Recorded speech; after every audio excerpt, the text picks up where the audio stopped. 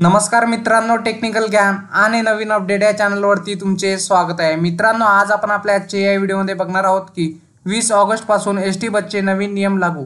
ST महामंडळाचा मोठा निर्णय काय असणार, चला तर जाणून घेऊया आपल्या आजच्या या व्हिडिओच्या माध्यमातून। मित्रांनो, महाराष्ट्र राज्य परिवहन महामंडळाने म्हणजे एसटी एक महत्त्वपूर्ण निर्णय घेतला आहे। सोमवारपासून राज्यातील एसटी बसच्या तिकिटाच्या दरात वाढ करण्यात येणार आहे। या निर्णयामुळे लाखो प्रवाशांना आर्थिक फटका बसणार आहे। शिंदे सरकारच्या या घोषणेमुळे राज्यभरात चर्चा सुरू झाली आहे। मित्रांनो, महाराष्ट्रातील प्रवासाचे प्रमुख साधन म्हणून एसटी ओळखली जाते। लालपरी या नावाने प्रसिद्ध असलेल्या या बस सेवेचा वापर दररोज लाखो प्रवासी करतात। राज्यातील दुर्गम भागांना जोडणारी ही सेवा विशेषतः ग्रामीण भागातील लोकांसाठी अत्यंत महत्त्वाची आहे। शिवाय अनेक लोक महाराष्ट्राबाहेरून राज्यात येण्यासाठी एसटीचा वापर करतात। मित्रांनो, गेल्या काही वर्षात एसटी महामंडळाला अनेक आर्थिक अडचणींना सामोरे जावे लागले आहे।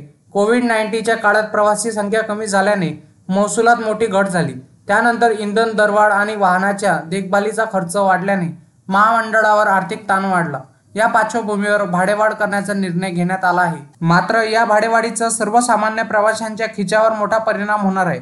विशेषतः रोज प्रवास करणाऱ्या विद्यार्थी आणि नोकरदार वर्गाला याचा फटका बसणार आहे।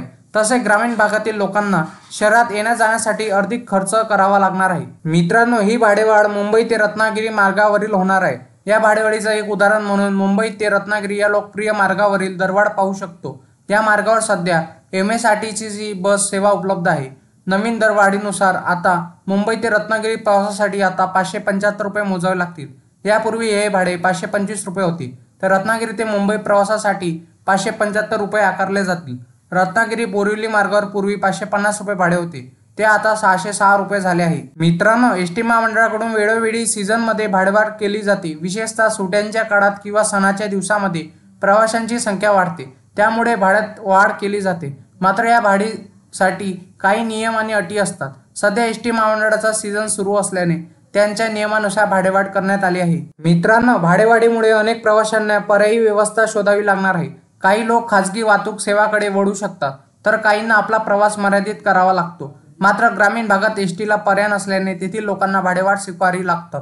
पण वाहनाची देखभाल आणि नूतनीकरण तसेच इंधन खर्चात बचत, प्रवाशांना चांगल्या सुविधा देणे, खासगी वाहतूक कंपन्यांशी स्पर्धा, कर्मचाऱ्यांचे वेतन आणि इतर खर्च या सर्व गोष्टींवर आवाहन महामंडळाने केले पाहिजे।